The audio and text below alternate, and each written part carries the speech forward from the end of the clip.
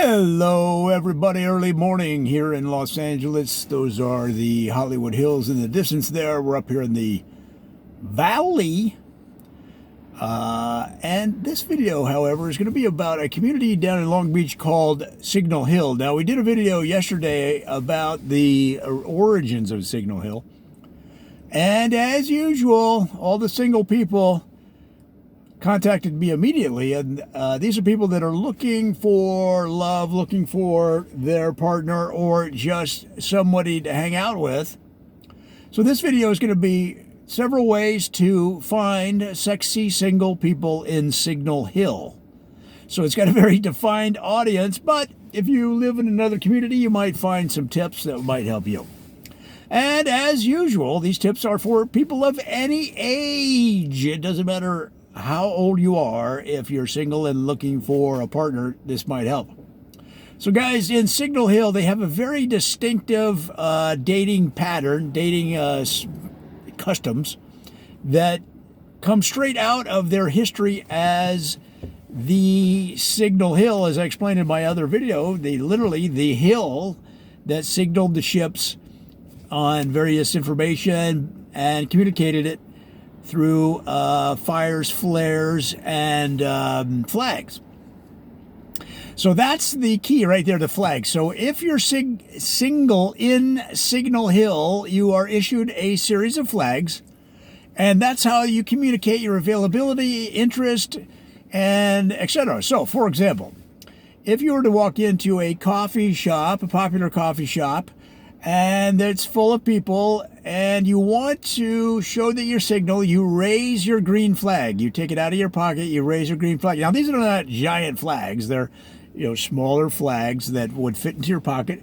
Depending on your personality, you give it a little swag. Maybe you're a confident person with a buoyant personality.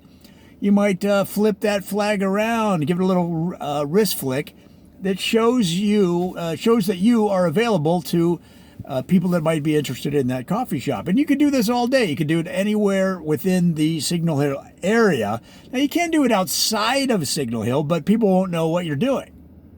Okay, it's kind of like when Ohio State fans go, OH, but they're in Guatemala. And the people look around, the natives in Guatemala look around and go, ¿Qué es este? They have no idea what's going on. All right, but those are Buckeye fans, and they are a little bit crazy.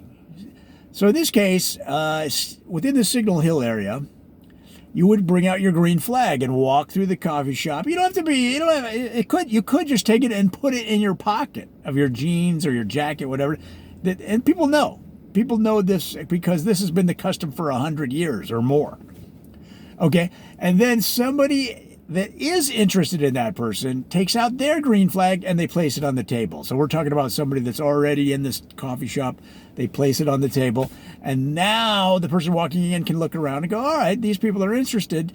Now, you can take out a yellow flag if you're interested, but you're giving them a caution sign. I want to know more. Okay, I want to get to know you before I bring out the green. Now, if you don't want the person walking in that has displayed the green flag to approach you at all, then you put out the red flag. Now, you say, well, why would I put out any flag? I'll just not put out a flag. But the red flag says, do not talk to me, do not approach me. I think you're stinky. Okay? And you think, well, that's kind of mean, right? Putting out the red flag. But guys, this is the age of Tinder. I mean, you might also criticize this process because it goes originally on their appearance because you haven't talked to them yet. Well, this is the age of Tinder. You're flicking people past with the flick of your thumb or your finger, depending on how you do the Tinder flick, right? Tinder swipe. So this is, in a sense, a real-life Tinder. But it also has a history of decades and hundreds of years of success. I mean, there's generations of people in Signal Hill that got married and had babies from this system long before Tinder ever showed up, long before Match.com was a thing, okay? So now, if you have a warning to the other people in the coffee shop that this person is trouble, okay, then you put out the caution flag. You put out the check. You put out the you put out the flag it's got yellow checkers on it. It's yellow and gray checks. It's not the victory flag. It's this person could be trouble. It's almost like warning the other people. In other words, how useful would it be if you knew beforehand that somebody was trouble, even though they were physically attractive and you found them interesting? If somebody can warn you ahead of time, well, that's what this flag is for. It's yellow and gray checks, and they bring it out. Now, they can do it in any fashion they want. They can flip it around, like they are just ecstatically, enthusiastically, dramatically warning other people for them to stay away from you. And again, you may criticize this process. You say, well, that doesn't give the person any chance. Well, guys, there's a lot of coffee shops in Signal Hill, right? So there's not everyone you walk into is going to have somebody that is going to jump up and warn everybody else that you're trouble, bringing out the yellow and gray checkered flag, unless you have been trouble for a long time. Then you may have to move out of Signal Hill. But you see how this system is efficient? Because if they move out of Signal Hill, I mean, let's say they move to someplace where they're used to troubled people. Okay, someplace like, I don't know, pick Redondo Beach. They're used to problem people there, right? So you could move there and do your dastardly ways. But down at Signal Hill, they have a whole flag system, as I'm describing, that eliminates that problem, or at least modifies it. Okay, and gives people a fighting chance. Because how much time have you wasted on knuckleheads that 3 months later you realize it's not worth the trouble?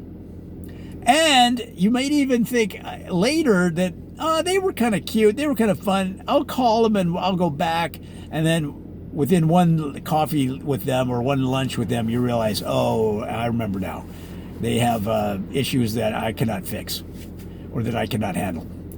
All right? So that is the system. That's just the broad brush strokes to give you an idea of how to work it.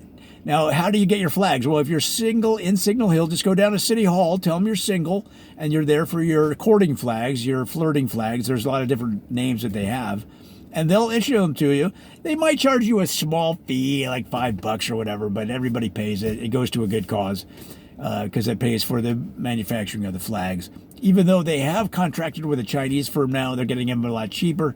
Some of the oldsters say the new flags aren't near as quality, but it does the job. And now remember, this is a system that has been in place for more than 100 years, guys. And so you'll feel awkward at first, but you'll feel more awkward if you don't follow the local custom. And you'll also feel awkward when weeks go by and you're not meeting anybody because you're not using the flag system properly. You can also go on the city website and they explain how to do it better than I'm doing here. But I thought I would get the word out because so many people are looking for love or just looking for companionship or looking for somebody to walk your dog, whatever you want to do. All right, I hope that helps. That's the flag single dating system in Signal Hill, one of the most interesting and storied communities in the Long Beach area. Come on back, guys. We're going to have so many more videos on Signal Hill, as well as usual, other communities around California and the country and even the world.